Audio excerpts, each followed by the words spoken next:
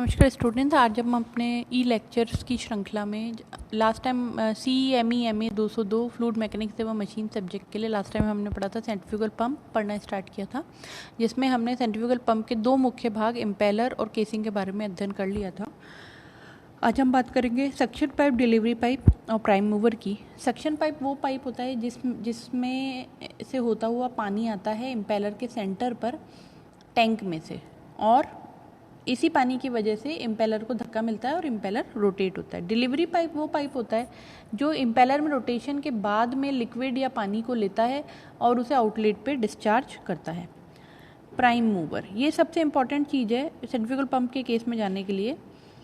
आपने लोगों ने देखा होगा अपने घरों में जब वाटर सप्लाई होती है तो हम कहते हैं कि मोटर चला देते हैं, ठीक है।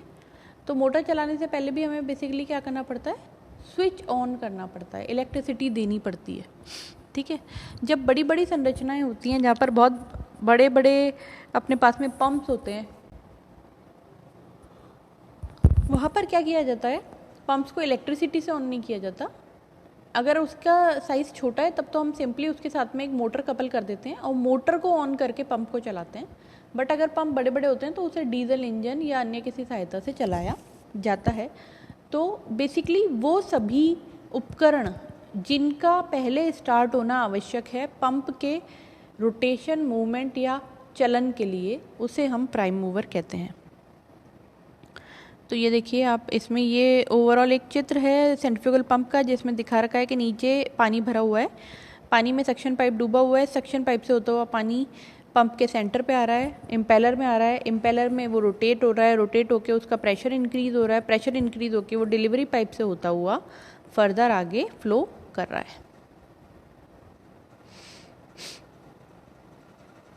वर्किंग हमने देख ली है। अब हेड्स कौन कौन से होते हैं सेंट्रीफ्यूगल पंप के अंदर, एक होता है सक्शन हेड और एक होता है डिलीवरी हेड।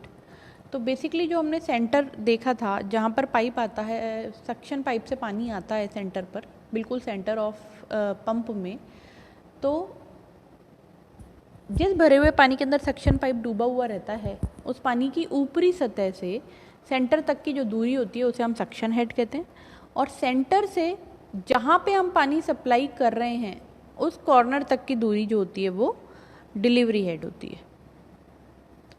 और सक्शन हेड और डिलीवरी हेड का जो कॉम्बिनेशन होता है, दोनों को अगर हम जोड़ दें तो जो हमें हेड प्राप्त होता है वो होता है टोटल स्टैटिक हेड। और एक इम्पॉर्टेंट हेड है मैनोमेट्रिक हेड। मैनोमेट्रिक हेड वो हेड होता है, it is defined as the head against which a centrifugal pump has to work. तो ये निकालने के लिए हमें सबसे पहले fluid energy at outlet minus fluid energy at inlet करना पड़ता है। इसमें आप देख रहे हैं आउटलेट पर जो एनर्जीज हैं वो है प्रेशर हेड के कारण एनर्जी, वेलोसिटी एनर्जी और datum energy minus pressure energy and velocity energy. तो इस प्रकार से जो हेड हमको डेटम हेड प्राप्त होता है वो बेसिकली मैनोमेट्रिक हेड होता है। और ये क्या होता है, ये होता है difference in elevation of pressure gauge eight inlet and outlet flange. और मैनोमेट्रिक हेड को इस प्रकार से भी रिप्रेजेंट कर सकते हैं हम लोग। आप इक्वेशन देख पा रहे हैं नीचे, HS plus HD plus HFS plus HFD plus VD² 2G। इसका मतलब है suction head plus delivery head plus suction head due to friction, delivery head due to friction plus velocity head at outlet. तो इस प्रकार से overall इसको represent किया जा सकता है। अब अगर हम एफिशिएंसीज की बात करें सेंट्रीफ्यूगल पंप के लिए, तो एफिशिएंसी पहले होती है मैकेनिकल एफिशिएंसी। मैकेनिकल एफिशिएंसी दी जाती है हमारे पास में ratio of power available at impeller to the power supply to centrifugal pump, मतलब power at inlet, power at outlet. और इम्पेलर की पावर होती है mV2U2/1000 और मैकेनिकल एफिशिएंसी इसकी वजह से हो जाती है mV2U2/1000 divided by shaft power. अगर हम मैनोमेट्रिक एफिशिएंसी निकालना चाहें तो ये होता है output power of the pump to the power available at inlet. तो आउटपुट पावर होती है water power, that is ω/QH/1000, और पावर एट इम्पेलर हमने पहले देखी थी mV2U2/1000। इन दोनों के रेशियो से हमको मैनोमेट्रिक एफिशिएंसी प्राप्त होती है। थर्ड है ओवरऑल एफिशिएंसी। अगर हम ओवरऑल एफिशिएंसी निकालना चाहें तो ये दोनों प्रकार की एफिशिएंसी का मल्टीप्लिकेशन होती है। और इसके लिए हम मैकेनिकल एफिशिएंसी और मैनोमेट्रिक एफिशिएंसी को आपस में मल्टीप्लाई कर देते हैं, उससे हमको ये प्राप्त हो जाती है। हमारे इस चैप्टर में इतना ही। धन्यवाद।